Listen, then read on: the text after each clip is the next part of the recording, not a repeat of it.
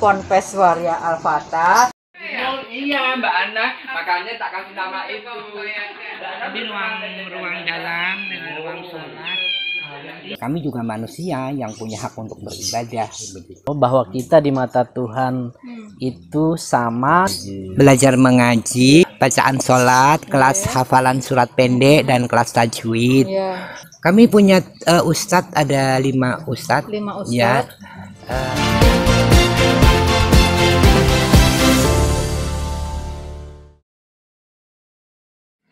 Halo, jumpa lagi dalam seri belajar bersama Anna Marsyana. Dan kali ini kita akan mengunjungi Ponpes Waria Al-Fatah, satu-satunya Ponpes Waria yang ada di Indonesia, bahkan mungkin juga satu-satunya yang ada di dunia. Kita akan mencoba meliput berbagai aktivitas yang ada di sana. Ada aktivitas solidaritas dengan komunitas waria dan masyarakat umum, dan ada juga aktivitas pengajian yang akan dilakukan, namanya juga di pesantren. Negeri ini kan negeri yang mengaku sangat religius ya, jadi agama itu sangat penting, spiritualitas itu sangat penting. Tapi ada satu kontradiksi yang saya lihat, yaitu pada satu sisi orang selalu mengharapkan orang lain menjadi religius, menjadi agamis gitu. Tapi pada sisi lain, ketika ada komunitas yang dianggap berbeda dengan mereka, dan komunitas ini mencari Tuhannya, mencoba untuk menjadi bagian dari komunitas agama dalam pencarian mereka akan Tuhan, ya ternyata masih banyak orang yang kemudian membuli mereka, menganggap mereka tidak layak untuk menjadi pencari Tuhan. Aneh kan? Di dalam keanehan itu karenanya menjadi penting sekali untuk kita mengenal lebih jauh komunitas waria dan aktivitas mereka, baik aktivitas mereka terkait solidaritas dengan sesama manusia maupun juga terkait di dalam pencarian mereka akan Tuhannya. Jadi ikuti terus, kita akan berangkat ke Ponpes Waria Al-Fatah, Yogyakarta.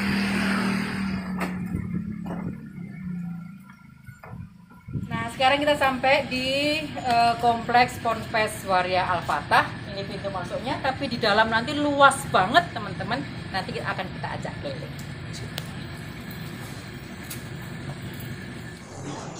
Nah, kita sudah sampai di Ponpes Al-Fatah, Ponpes Waria Al-Fatah. Kita akan ngobrol-ngobrol dengan mereka, tanya tentang sejarah pendirian Ponpes Al-Fatah, kenapa didirikan, dan saya melihat ada banyak tas-tas di sana. Itu tas isinya apa, untuk siapa, dan untuk apa, dan mengapa, kira-kira gitu ya, supaya kita mau perkenalkan sama teman-teman di luar sana.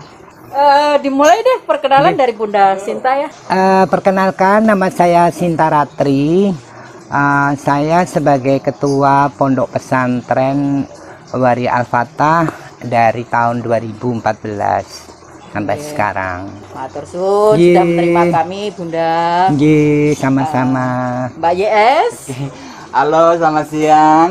Perkenalkan, nama saya YS Al-Bukhari. Nah, kebetulan dari tahun 2010 sampai sekarang dikasih tanggung jawab untuk jadi sekretaris di Pondok Pesantren Waria Al-Fatah. Terima kasih Mbak YS. Sama-sama Mbak Ana. Bunda Ruli, kita sudah pernah dengar dong sosoknya, tapi tetap saya minta Bunda Ruli memperkenalkan diri. Ya, selamat siang. Saya Ruli Malai. Saya santri di sini, dan sehari-hari saya juga membantu ibu dalam pemberdayaan santri untuk santri Ponpes Waria Al-Fatah. Selain santri di sini, tapi juga koordinator program pemberdayaan Waria. pemberdayaan santri. Ini ngomongnya pemberdayaan perempuan. Tidak apa-apa, Waria kan perempuan. Iya, tapi ini kan pemberdayaan santri. Oke, Mbak Arum C. Iya, terima kasih. Selamat siang, nama saya Arum C. Saya juga sebagai santri di Pondok Pesantren Waria Al-Fatah. Di sini saya membantu Bu Sinta menjadi sebagai media dan kampanye. Itu aja. Jadi cocok ada di sini karena ini bagian dari promosi. Iya, betul. Ponpes Al-Fatah. Terima kasih berempat sudah menerima kami, sudah ngerepotin. Kita ingin siapa yang Bunda Sinta kali ya, ceritain. Yang saya tahu kan ini dulu didirikan 2008 kalau nggak salah kan ya. Mulai dari waktu ada Ibu Mariani, mulai dari ada pengajian gempa 2006 gitu kan. Terus seperti apa sejarahnya kayaknya Bunda Sinta deh. Jadi kenapa kami mendirikan pondok pesantren ini? Sebetulnya memang pondok pesantren ini idenya dari Pak Kiai Haji Hamroli. Ketika kami dulu pengajian rutin bersama beliau itu antusias, melihat antusias kawan-kawan waria di dalam religiusitas itu, lalu pengen mengemas pengajian ini tidak hanya sampai pengajian saja, supaya kawan-kawan juga ada praktek sholat, ada berdiskusi tentang penerimaan Islam, dan kita juga melihat kondisi di mana kawan-kawan waria ini ibadah sendiri-sendiri di rumah, karena ketika ibadah di ruang publik itu ada ketidaknyamanan di sana. Nah, itulah kenapa kita membuat ruang nyaman untuk beribadah bersama, sehingga diputuskan untuk mendirikan pondok pesantren ini. Itu tahun 2008 ya. Jadi startnya dulu 2006 tapi dibentuk menjadi pondok pesantren tahun 2008. Iya. Jadi itu tadi ya, dari pengajian-pengajian dari 2006 itu kemudian Pak Ustadz berpikir kenapa nggak ditingkatkan supaya bukan hanya pengajian tapi ada unsur pendidikannya gitu. Betul. Dan unsur ibadah bersama, unsur ibadah bersama berjamaah gitu. Karena ya kita berjamaah, kita nggak berjamaah, kita sholat sendiri-sendiri di rumah. Nah, kesempatan berjamaah ya ada di pondok pesantren itu. Gitu. Pendirinya berarti berapa orang pada waktu itu? Ya, pada waktu itu ada saya, ada Ibu Mariani, ada Pak Hamroli dan kawan-kawan ini, Bunda Yeti, Mbak YS, Ibu Ruli, ya. Kemudian kita membuat kepengurusan, lalu membuat akte notarisnya seperti itu. Lalu kita berjalan, ada pendidikan. Kalau dulu masih Senin Kemis, jadi kita kegiatannya hari Minggu dan hari Rabu. Tetapi semakin kesini anak-anak kemudian lepas satu-satu, akhirnya kita mencari suatu hari yang dimana kawan-kawan ini benar-benar bisa full time, benar-benar kosong waktunya. Akhirnya ketemu itu hari Minggu sore itu sampai malam gitu. Waktu Senin sama Kamis itu yang masih di Noto Yudan ya, Noto Yudan. Lalu ketika pindah ke sini tahun 2014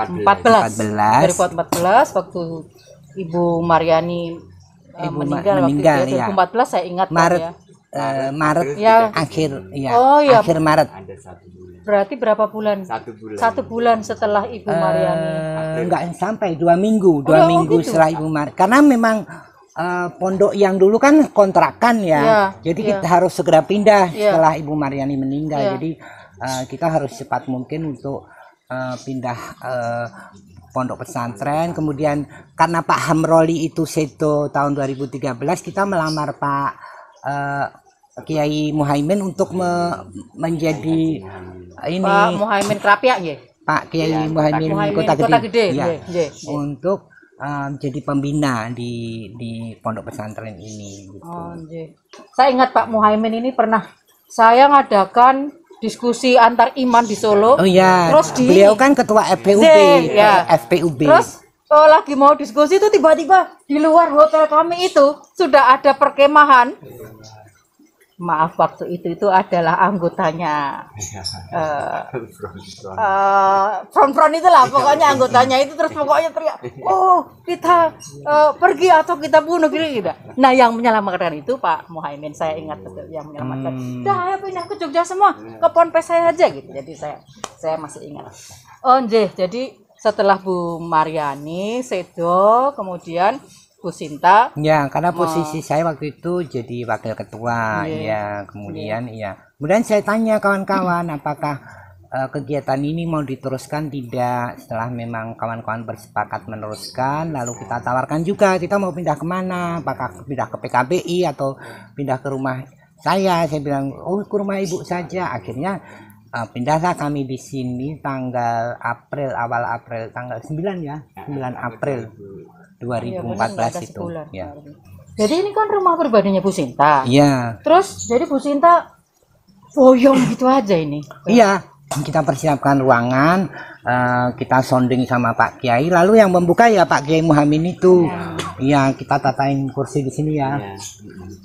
Itu. Saya mau tanya waktu awal-awal pendirian itu gimana sih respon teman-teman waria, komunitas waria sendiri, kemudian apa respon masyarakat waktu Mas Ijinoto Yudan dan juga respon masyarakat di sini seperti apa?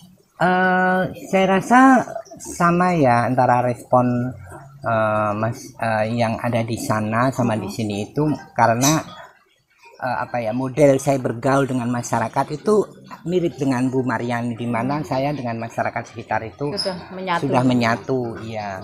Jadi untuk respon masyarakat sama. Kalau respon kawan-kawan itu kita memang yang tertarik kebanyakan yang memang sudah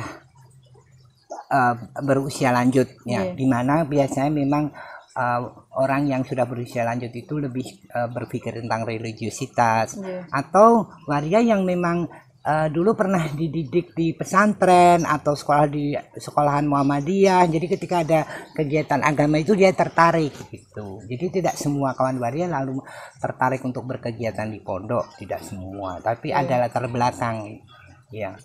Mungkin bisa ditambahkan. Siapa Mbak Yes atau Bunda atau siapa?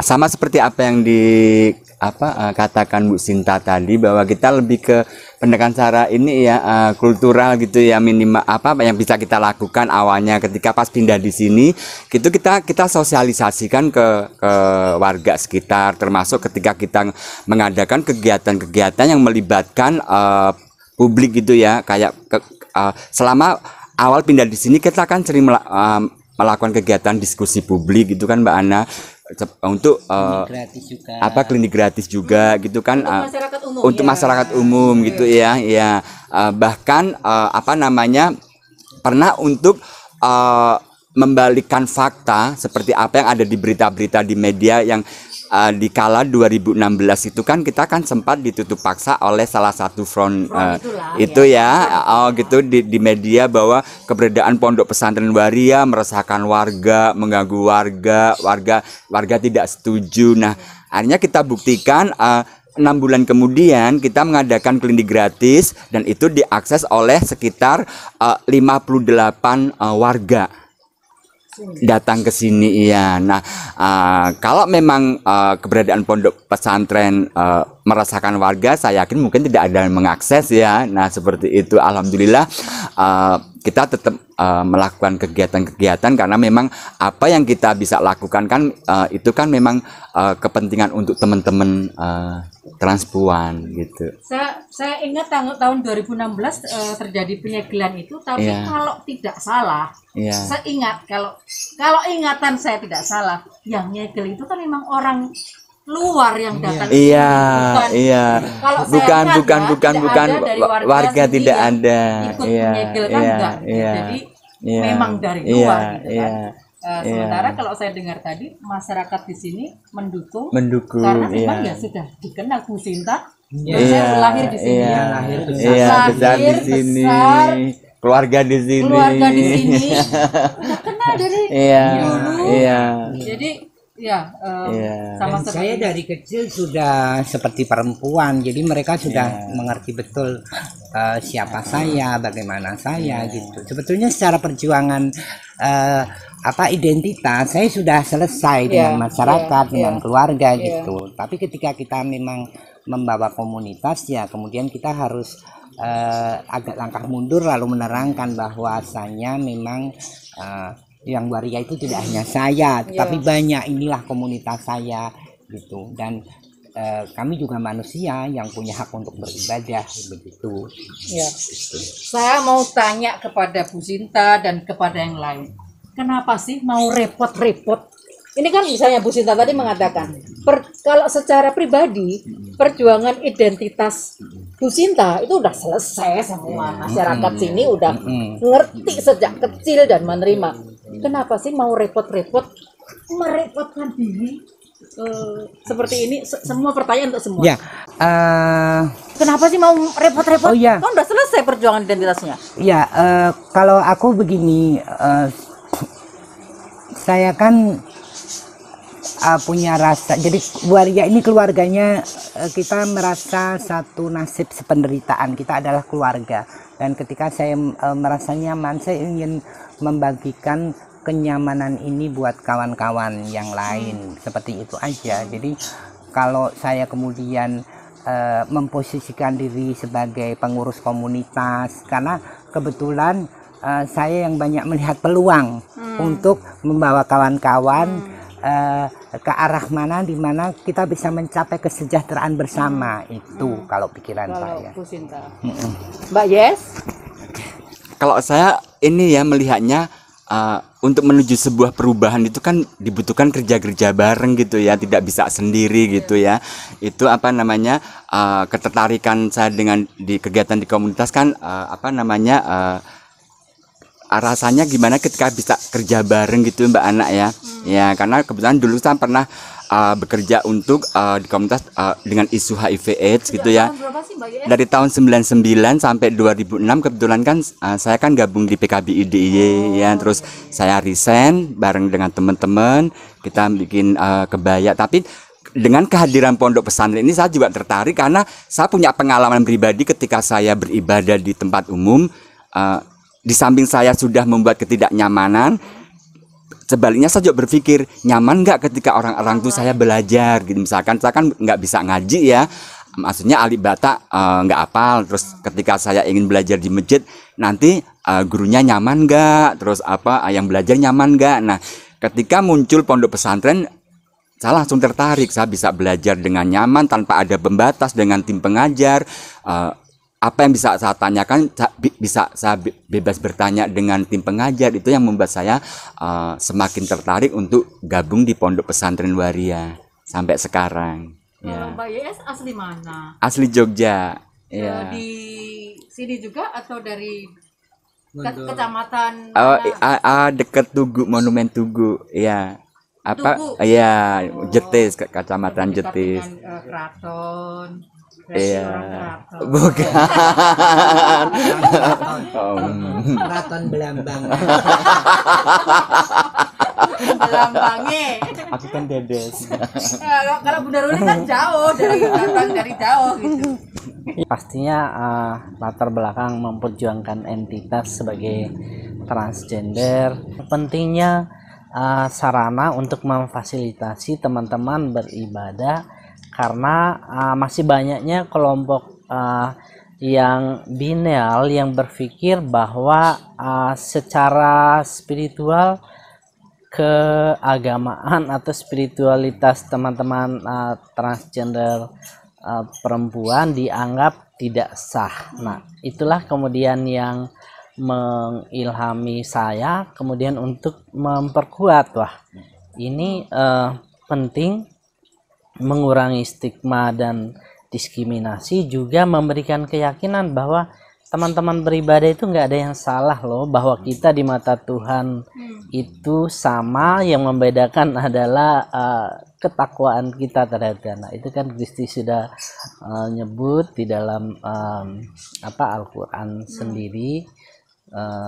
Quran surat Al-Hujurat ayat 13 itu dijelaskan bahwa di mata Tuhan itu pada dasarnya semua sama, yang membedakan adalah entitas ketakwaan. Nah, itulah kemudian ketika mungkin awal-awal Ponpes berdiri itu kita lebih banyak ya dalam mensosialisasikan, memperkenalkan baik kepada teman-teman secara internal maupun kepada jaringan secara eksternal. ketika Ponpes itu diusung ke pondok pesantren di Kota Gede dengan pimpinan yang baru, terjadi kemajuan yang cukup pesat. Kita sudah mulai banyak menggarap fokus kerjasama dengan universitas, bahkan beberapa universitas seperti UIN Sunan Kalijaga, Unisnu di Jepara. Kita punya semacam MOU kerjasama, bahkan sudah sempat diskusi publik beberapa kali. Dan ya itu sayangnya situasi politik nasional di awal tahun 2016 itu memang sedang panasnya, dan isu LGBT sedang digoreng habis-habisan, dan itu kemudian yang menyulut api kebencian beberapa individu, ya, segelintir individu. Saya pikir secara umum masyarakat di Jogja sangat welcome terhadap perbedaan. Saya kira di samping karena faktor ya secara sejarah pluralisme juga sangat dihargai. Bahkan ketika 2016 itu pada pasca penyerudukan oleh FCI di Ponpes, kebetulan waktu itu saya hadir di balai kota di ruang sidangnya Pak Wali, dihadiri oleh begitu banyak sekali kelompok intoleran, dan saya sempat diskusi dengan Ketua Majelis Luhur Taman Siswa tentang beliau menjadikan pencerahan yang sangat baik sekali bahwa orang-orang seperti saya dan kawan-kawan itu sejak zaman Indonesia memperjuangkan kemerdekaan itu sudah banyak sekali yang mereka menjadi kurir, ya ini di tempat-tempat ya termasuk dapur umum lah ibaratnya kalau sekarang itu sudah banyak yang mendedikasikan diri dalam perjuangan. Nah, itu kemudian yang memanggil saya untuk tetap komitmen mendukung pondok pesantren ini, bahwa ya pada dasarnya saya dengan keluarga, dengan masyarakat sekitar saya sudah inklusi, saya sudah, tetapi teman-teman secara komunitas, secara perjuangan entitas itu belum, sehingga saya merasa perlu punya kewajiban moral dan tanggung jawab untuk memperkuat Ponpes Wari Al-Fatah ini.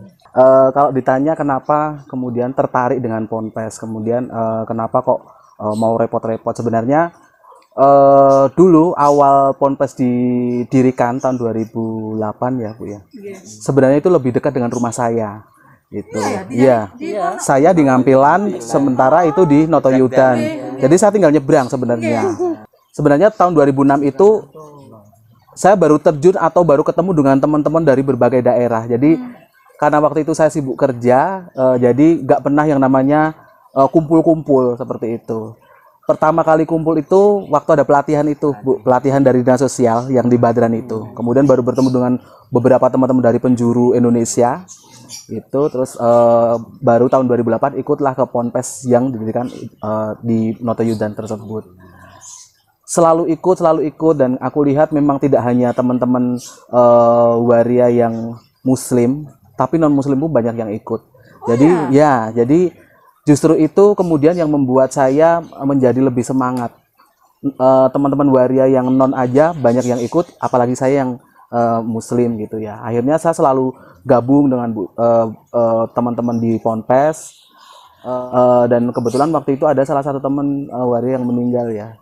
Dia yang menjabat sebagai media dan kampanye. Akhirnya ibu bilang, udah kamu ini gantiin teman ini yang aja yang meninggal. Saya bilang nanti dulu Bu, saya baru masuk lagi gitu, karena saya pengennya juga belajar. Nggak apa-apa, nanti sekalian belajar, sekalian ikut di Ponpes gitu. Akhirnya ya itu sama Bu Sinta disuruh jadi media dan kampanye, dan sampai sekarang. Dari tahun berapa tadi itu? Gabung lagi 2000? Aku gabung lagi tahun berapa ya Bu? 18 akhir apa sih? 18 ya, 2018 ya.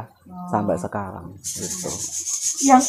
Yang menarik yang saya belajar dari yang dibagikan oleh teman-teman tadi adalah, saya mau kutip yang disampaikan Mbak YS, bahwa untuk membuat perubahan itu harus ada gerakan bersama gitu ya.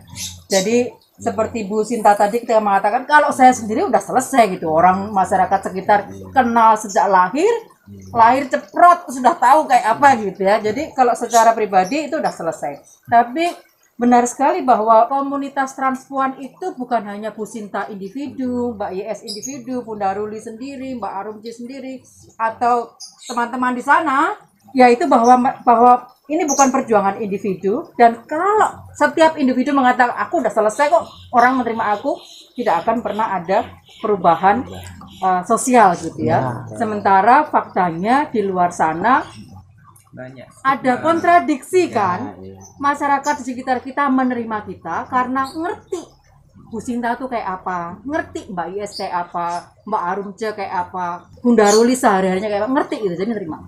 Tapi begitu kita keluar itu kemudian yang image yang di stigma yang ditempelkan itu kan yang serba negatif gitu kan. Jadi poin yang saya ambil yang menurut saya sangat penting adalah kalau kita mau perubahan besar, kita nggak bisa bergerak sendiri. Kita perlu gerak bersama gitu. Nanti saya akan kulik lebih jauh karena saya lihat gerak bersamanya teman-teman Ponpes Al-Fatah ini bukan hanya gerak bersama antar komunitas, internal komunitas, tapi juga gerak bersama dengan yang lain. Nanti saya akan bertanya, ini kan ada kebaya nih teman-teman, di sini juga terlibat di kebaya, kemudian ada Ponpes.